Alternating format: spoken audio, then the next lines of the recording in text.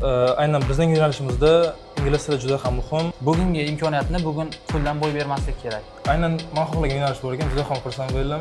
Ingliz tilidan juda ham kuchli qo'rquv, stress bo'lgan. Hozirgi global muammolardan biri ijtimoiy tarmoqlar deb o'ylayman. Qo'rquvni asosan o'qituvchilar yordamida yengganman. O'zimiz tanamizda rivojlantiramiz-ku, nima jismoniy harakatlar bilan. Shu miya uchun ham adashmasam kurslar chiqadi deb o'ylayapman shu kunlarda. Chunki hech kim o'ylamay qo'yganda Dankasa bo'lib qolgan. ancha dankasa bo'lib qolganmiz.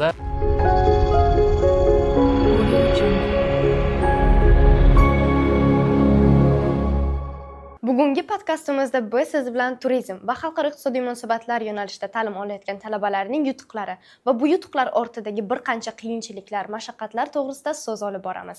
Podkastimiz sizga manfaatli bo'ladi degan umiddamiz. Marhamat, o'zingizni tanishtiring. Assalomu alaykum. Ismim Alisher, familiyam Gaffarov. Men Navoiy viloyati Navbahor tumanidan kelganman. Hozirda Osiyo xalqaro universitetining Jahon iqtisodiyoti va xalqaro iqtisodiy munosabatlar yo'nalishining 1-kurs talabasiman. Assalomu alaykum. Men Madambek Jo'rayev, Navoiy viloyatining Karmana tumanidan kelganman. Hozirgi kunda Osiyo xalqaro universitetining Jahon iqtisodiyoti va xalqaro iqtisodiy munosabatlar yo'nalishining 1-kurs talabasiman. Assalomu alaykum. Men Mavlono Mehrinso, Osiyo xalqaro universitetining turizm yo'nalishi 1-kurs talabasiman. Har biringizning yo'nalishingizda ingliz tili muhim. Dunyo tiliga aylanib ulgurgan ingliz tili talabalarga qay darajada kerak deb o'ylaysiz? Bizning yo'nalishimiz ingliz tili matematika yo'nalishi, lekin men institutga kelishdan oldin 1,5 yil, deyarli 2 yil davomida yapon tilini o'rganib kelganman. Yapon tili deyarli dunyo tili bo'yicha 3-o'rinda turadi, qiyinligi bo'yicha. Xo'sh, yapon tilini 1,5 yilda o'qish davomida qanaqa qiyinchiliklar bo'lgan? Turli xil qiyin yapon tilining o'zini 3 ta alifbosi bo'ladi. 3 ta alifboni o'zida boshida kelgan odam 3 ta alifbodan o'ta olmay qaytib ketadi ko'pincha. Yapon tilida juda kuchli sabr kerak bo'ladi va intizom juda kerakli narsa. Chunki yaponlarning o'zi ham intizomli bo'lgani sababli ular qoida qonunga juda qattiq amal qilishadi.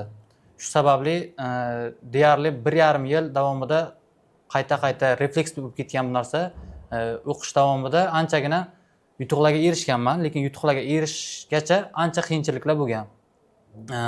Xalqaro sertifikatim bor hozir yapon tilida. N darajada hisoblanadi, N4 darajada sertifikatim bor, lekin N4 darajani olishgacha 2 marta xalqaro sertifikatga kirib chiqqanman. Natijalar juda past bo'lgan. Juda o'zimga bo'lgan ishonchim pasayib, deyarli o'qish qiziqish qolmagan yapon tilida. Lekin shunaqa bo'lsa ham sabr qilib, ancha o'zimning ustimda yana ishlab, yapon tilimni rivojlantirib, xalqaro sertifikat olganman hozirgacha. Ayni damda hozirda menga ingliz tili zarur bo'lganligi sababli, shu sababdan hozir ingliz tilini o'rganyapman. Hozirda darajaga ega emasman, lekin ingliz tili ustida anchadan beri ishlayapman.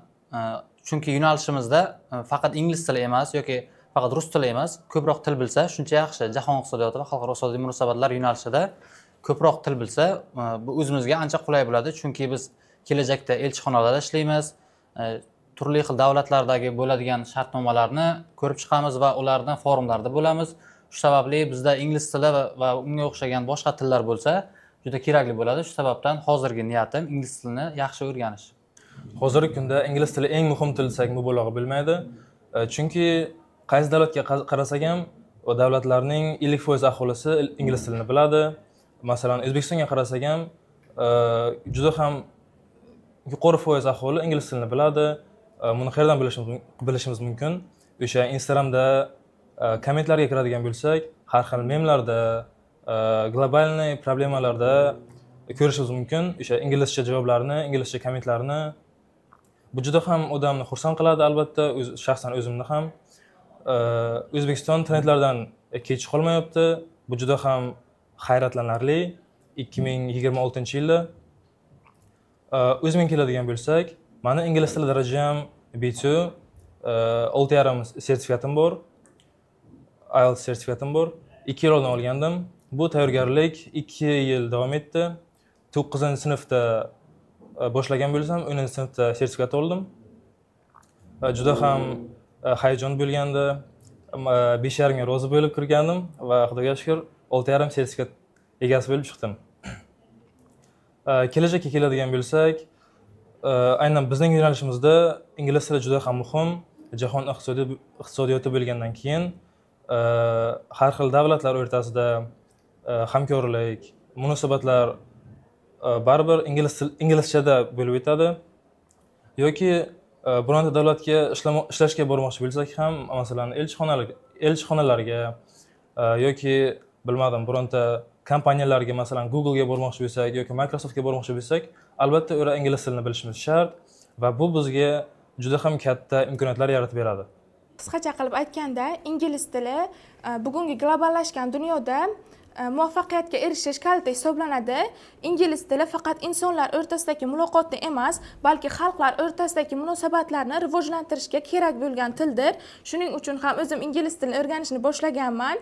Ingliz tili ta'lim emas, faqat ta'lim emas, balki karyera qurish, har bir insonni o'zini rivojlantirish uchun kerak bo'lgan, muhim bo'lgan tildir. Self study qilib ham darajani ko'tarsa bo'ladimi? Bo'ladi. Bu ancha samarali bo'lishi ham mumkin. Ancha misol kursga borib o'qigandan ko'ra self studyda ancha daraja ko'tarish oson ham bo'lishi mumkin yokida qiyin bo'lsa-da ancha samarali bo'lishi mumkin.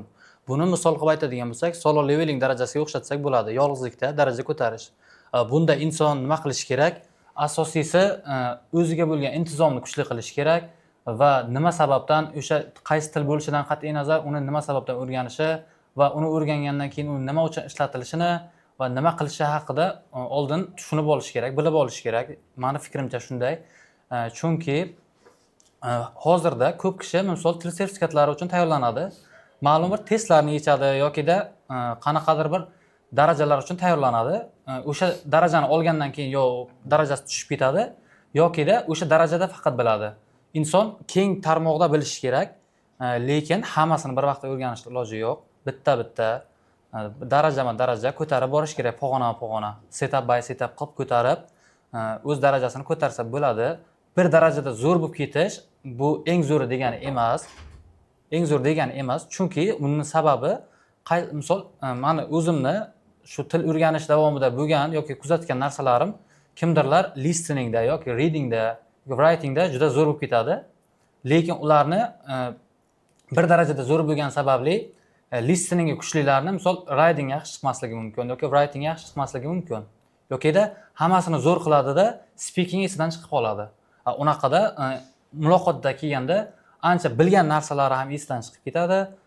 Hayajon juda kuchli bo'ladi. Inson o'zini hayajonini yengish uchun ham o'zidan darajasi baland yokida o'zini tengqurlari bilan ko'proq muloqot qilish kerak. Shu sababdan inson shunaqa darajada miyasi juda kuchli bo'ladiki, inson hattoki o'zini bir dunyo yaratsa ham bo'ladi, o'zini miyasida bir olam yaratsa ham bo'ladi. Fanda ham bor, astral degan bir ana bor, olam bor. Insonning o'zining miyasi tomonidan yaratilgan olam. Xuddi shunday odam o'zini har xil rollarga qo'yib ko'rish kerak. Bu nima degani? Bu degani misol tariqasida rahbar rolda ham yokida oddiy bir ishchi rolda ham qo'yib ko'rish kerak. Bu kinolar ko'rgandami yokida bir qanaqadir bir yangi so'z yodlaysizmi yoki yangi grammatik qo'shimcha yodlaymizmi?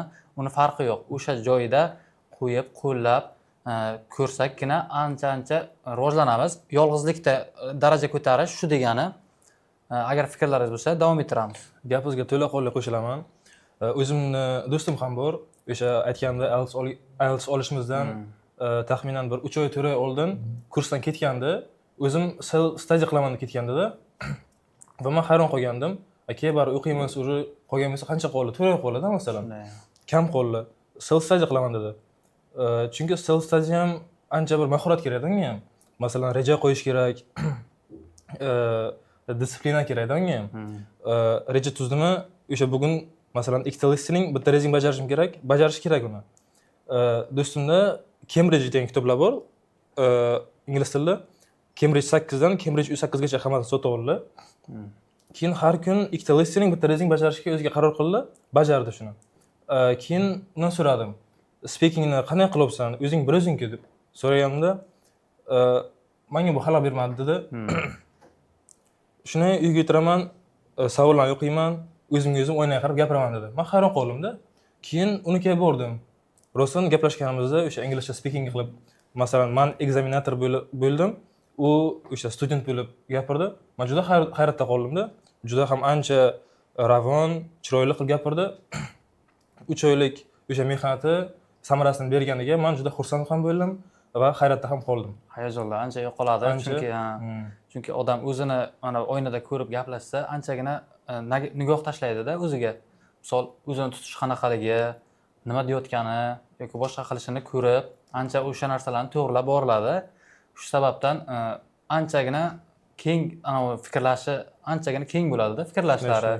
Shu sababdan ham yolg'izlikda ham aniqsa ancha yaxshi. Barcha fikrlar to'g'ri. Avvalambor insonni o'ziga rivojlanishi uchun motivatsiyasi bo'lishi kerak. Insonni o'zida bo'lmagan narsaga hech kim majburlay olmaydi. Hozirgi kunda, ayniqsa hozirgi kunda internet tarmoqlari juda ham rivojlangan. Oddiygina bir telefon bilan ham o'zi qolib, tayyorlanib, o'zini darajasini ko'tarib yoki biror tilni o'rganishi mumkin har bir insonda. Eng muhimi, asosiysi o'ziga istak, xohish bo'lishi kerak. Xuddi aytganlaridek, shuni avval topshirdim. Короче, dedimda, bo'layin, короче dedim, ingliz tilini bilaman dedimda. Polni playlistlarimni, o'sha qo'shiqlarni inglizcha qilib oldim. Polni kinolarni inglizcha ko'rayotgan bo'ldim. Undan keyin bir butun yoz menimcha inglizcha kino ko'rdim. Menimcha keyin o'yladimda o'zimga. Dedim, undan ko'ra dars paytida shunday qilsam bo'lmasdimi? IELTS olishdan oldin shunday qilsam bo'lmasdimi deb bir fikr keldi-da. Lekin uncha afsuslanmayman, chunki Xudoga shukr, darajam yuqori chiqdi. O'zimga yetadi. Lekin ko'rib turganlarga maslahat, agar ingliz tilini yaxshi o'rganmoqchi bo'lsangiz, masalan, albatta inglizcha kino yoki inglizcha qo'shiq eshitish kerak. Albatta kerak narsa. Endi bu narsa yaxshi tomonlari juda ko'p. Chunki ingliz tilimi yoki boshqa tilni qaysi tilni o'rganishda biz faqat tilni o'rganmaymiz, uni tagidagi mezondagi madaniyatini, urf-odatlarini ham o'rganib boramiz. Bu degani biz o'zimizga kerakli bo'lganini va o'zimizda hayotimizda kerakli bo'lgan qiziqarli ma'lumotlar yoki life hacklarni anchagina o'rganib boramiz. Misol tariqasida bizga nisbatan rivojlanishi ancha oldinroqda bo'lgan davlatlarni barcha podkastlari yoki qanaqadir bir ma'lumotlari hozirda dunyo tili ingliz tili bo'lgani sababli ingliz tilida qanaqa bir soha bo'lmasin, hamma ma'lumotlar ijtimoiy tarmoqlarda bor, juda tekin, o'rganish ham oson. Qisqa lo'nda qilib tushuntirilgan, ularning hammasi ingliz tilida. Siz agar ingliz tili yoki shunga o'xshagan dunyo tilini o'rganish bilan faqatgina til sertifikati emas, balkim boshqa tillardagi olimlar yoki mutaxassislar, professorlarning bilimlarini ham o'rganishimiz mumkin. Xohlagan bir yo'nalishda, xohlagan bir kasbni, life hacklarini o'rganib olishimiz mumkin. Chunki dunyo tili ingliz tili bo'lganligi sababli hozirda YouTube'da, ijtimoiy tarmoqlarda hamma podkastlar yoki videolar ingliz tilida bo'ladi. Shu sababdan ingliz tili juda samarali narsa o'rgansa. Universitetga kelganingizda darajangiz qanday edi va hozir qanday darajaga egasiz? Universitetga kelishdan oldin bu yo'nalish haqida ma'lumotim bor edi, lekin unaqa ko'p narsa bilmasdim. To'g'risi, birinchi kelganimda ancha qiyin bo'ladi deb o'ylagandim, chunki boshqa viloyatdan kelganligim sababli, keyin men hali ko'p kishi bilan yaqin bo'lmaganligim sababli qiyin bo'ladi deb o'ylagandim. Ancha qiynalaman, ancha qiyin bo'ladi deb o'ylagandim, chunki kelishdan oldin ham ko'p akalarim ham aytardi, institutda shunaqa baho qo'yib berish qiyin, o'qish talablari juda ham kuchli, yana nimadir qo'rquv zug'umlar bo'lardi. Keldim, Xudoga shukr. Keyin Osiyo xalqaro universitetida talaba bo'lib kelganingizdan keyin juda yaxshi tomoni ma'naviyat bo'limida volontyorlik haqida, volontyorlik anovlari bor, talabalari bor, volontyor talaba bo'lishingiz mumkin. Bu orqali siz faqat kursdoshlar emas, shu Osiyo xalqaro universitetining barcha faol volontyorlari bilan tanishib, o'zingizni har xil xislatlaringizni, ochilmagan qirralarni kashf etish mumkin. Osiyo xalqaro universitetida anchagina talabani qo'llab-quvvatlash ancha yaxshi, juda baland. Eng katta e'tibor va investitsiyalar talabaning o'qishi va uni qo'llab-quvvatlashga qaratilgan ekan. Shu tomondan men ancha xursand bo'ldim. Hozirda o'zim ham eng faol volontyorlarning liderlaridan biriman. Hozirda juda ko'p do'stlarim bor, tanishlarim bor, har qanday sohada tanishlarim bor. Support olmoqchi bo'lsam agar xohlagan yo'nalishdan tanishlarim bo'lganligi sababli ancha oson bo'lib qolgan hozir. O'qishlar ham qiyin deb o'ylagandim, lekin agar chin dildan odam xohlab o'qisa oson ekan. Ustozlar ham unaqa qattiq qo'l emas, lekin ancha talabchan ekan. Menga shu tomonlari juda yoqdi. Osiyo xalqaro universitetidan mamnunman. Men ham kelishdan oldin juda ham aynan shu yo'nalishga havas qilgandim va bilaman Toshkentda Narxozda shu yo'nalish bor va ballar juda ham yuqori. Men esa matematikadan bilimim unga to'rtmasligini juda ham yaxshi tushunardim va qit'a tushkunlikka tushdim. Lekin taqdir taqozosi bilan bir kun shuni akam keldi. Nima bo'ldi o'qishing, qaysi yo'nalishga o'qiysan deb savol berdilar menga. Men ham shunday lekin dedim, ballarim baribir yetmaydi dedim. Xo'p dedilar. Bitta bizning universitetga ko'rdilar. Akam 5-kurs talabasilar. Med yo'nalishida o'qiydilar. Medda. Va keldik, ko'rdik. Aynan men xohlagan yo'nalish bor ekan, juda ham xursand bo'ldim. Va ekzamenlar uncha qiyin bo'lmadi. Bu ham bir talabalarga katta imkoniyat. Va keldim, ko'rdim. Turar joylari juda ham yo'qdi, universitet juda yo'qdi, sharoitlari, grant imkoniyatlari, stipendiya imkoniyatlari. O'zim ham stipendiya o'tgan yili noyabr oyining stipendiya sohibiman. 400 ming so'm olgandim. Test bo'ladi. Kirasiz, 50 ta savol va ikkinchisiga yozma tariqa javob yozdik. Va xudoga shukr stipendiya sohibiga aylandik.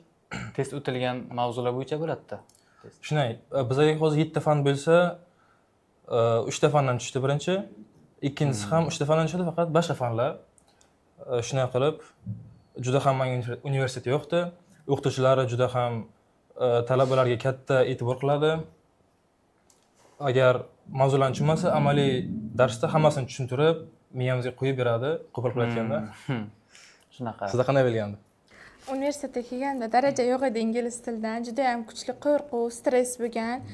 Kelganimdan keyin esa universitetdagi sharoitlar, o'qituvchilarning malakali, kuchli, juda ham bilimga egaligi ancha yordam bergan ingliz tilini o'rganishimga hali ham davom etyapti. Qo'rquvni asosan o'qituvchilar yordamida yengganman. O'qituvchilar talabchan, yana juda ham chiroyli muomalali o'qituvchilar. O'rganib boryapmiz. Sekin-sekin. Yaxshi. Osiyo xalqaro universitetida men ko'pincha undan oldin ham mediadan ko'rib kelganman. Ijtimoiy tarmoqlarda juda faol. Chunki Instagramda va YouTube'dami qanaqa bir saytda bo'lmasin, Osiyo xalqaro universitetida juda ham qiziqarli talabalarning hayoti. 10 yildan keyin o'zingizni qayerda ko'rasiz?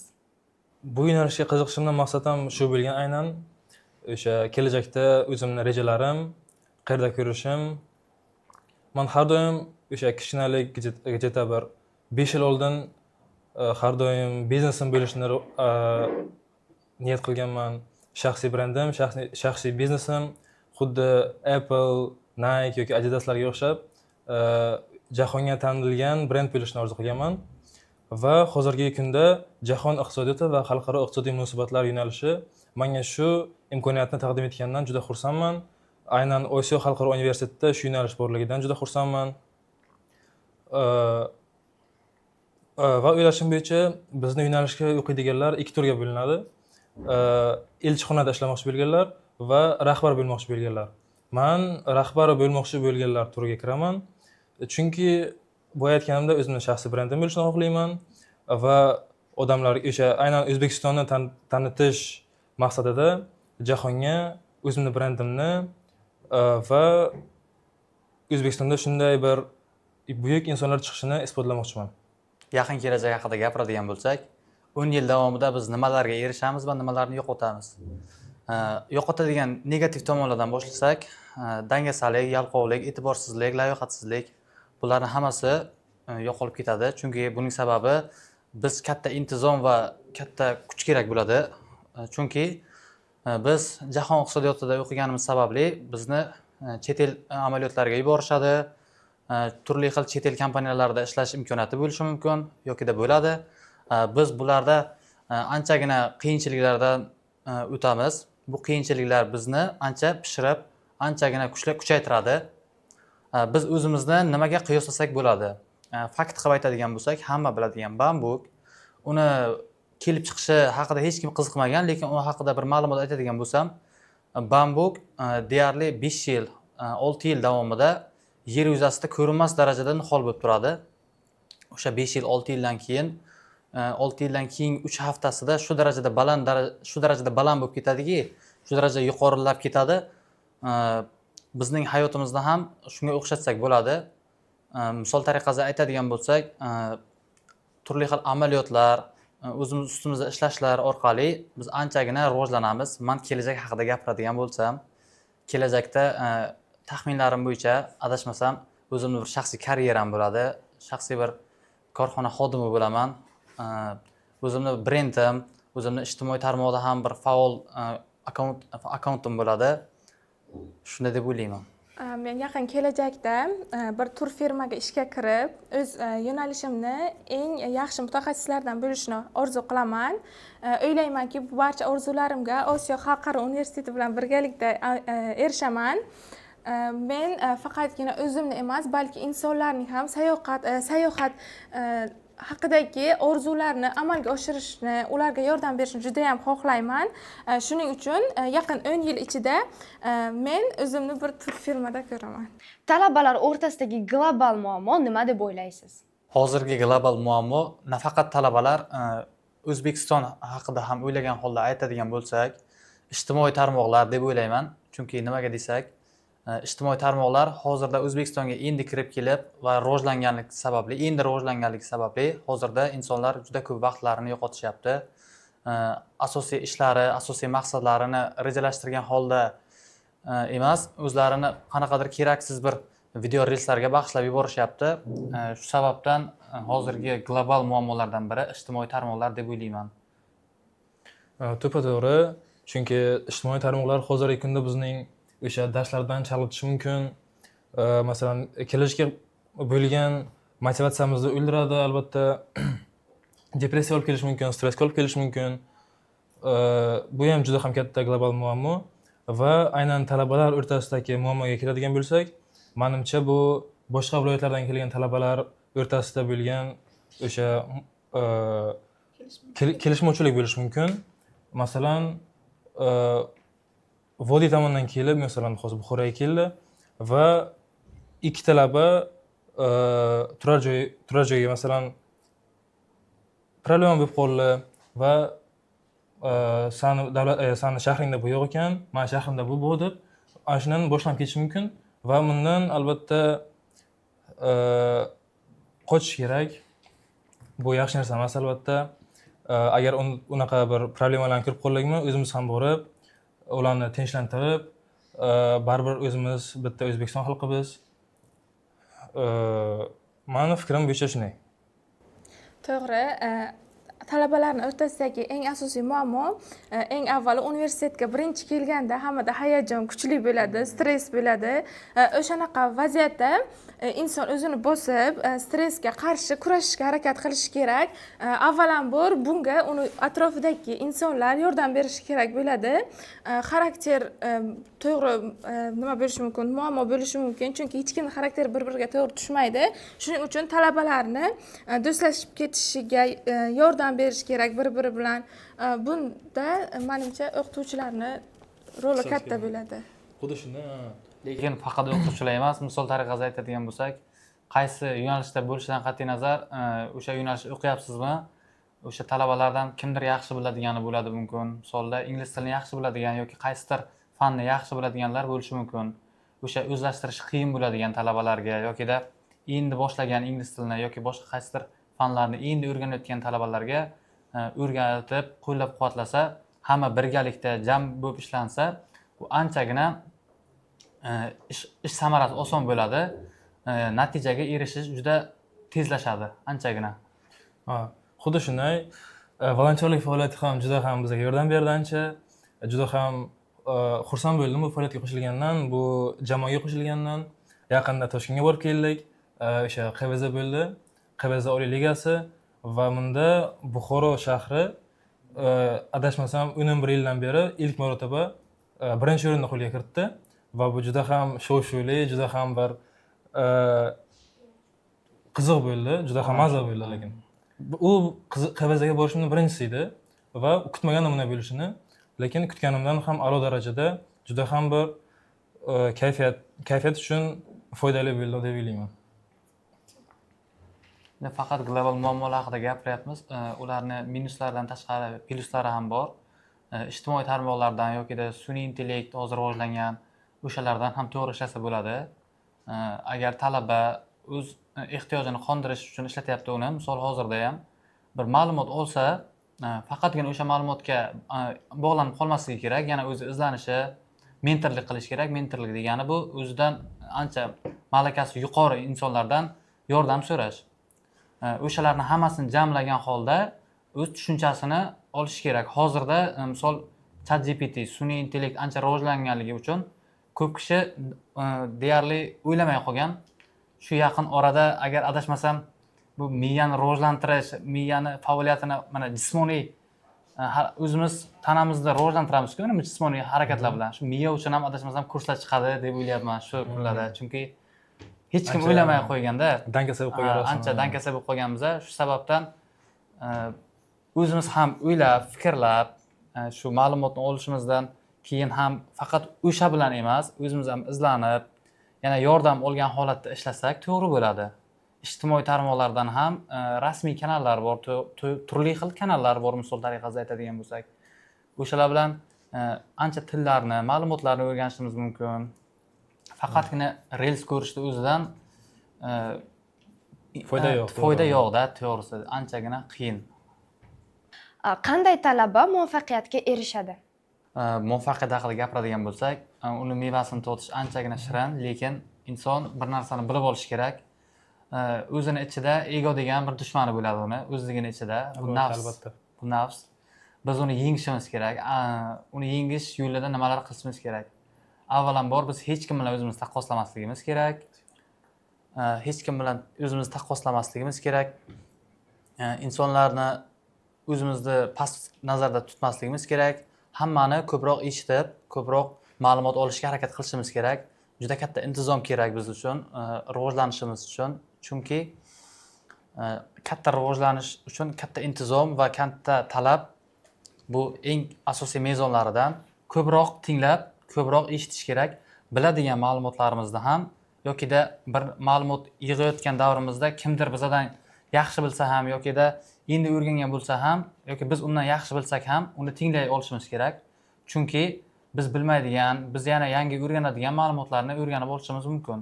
Shu sababdan bizga intizom har doimgidek kerak bo'ladi. Qiyinchiliklardan qochmaslik kerak.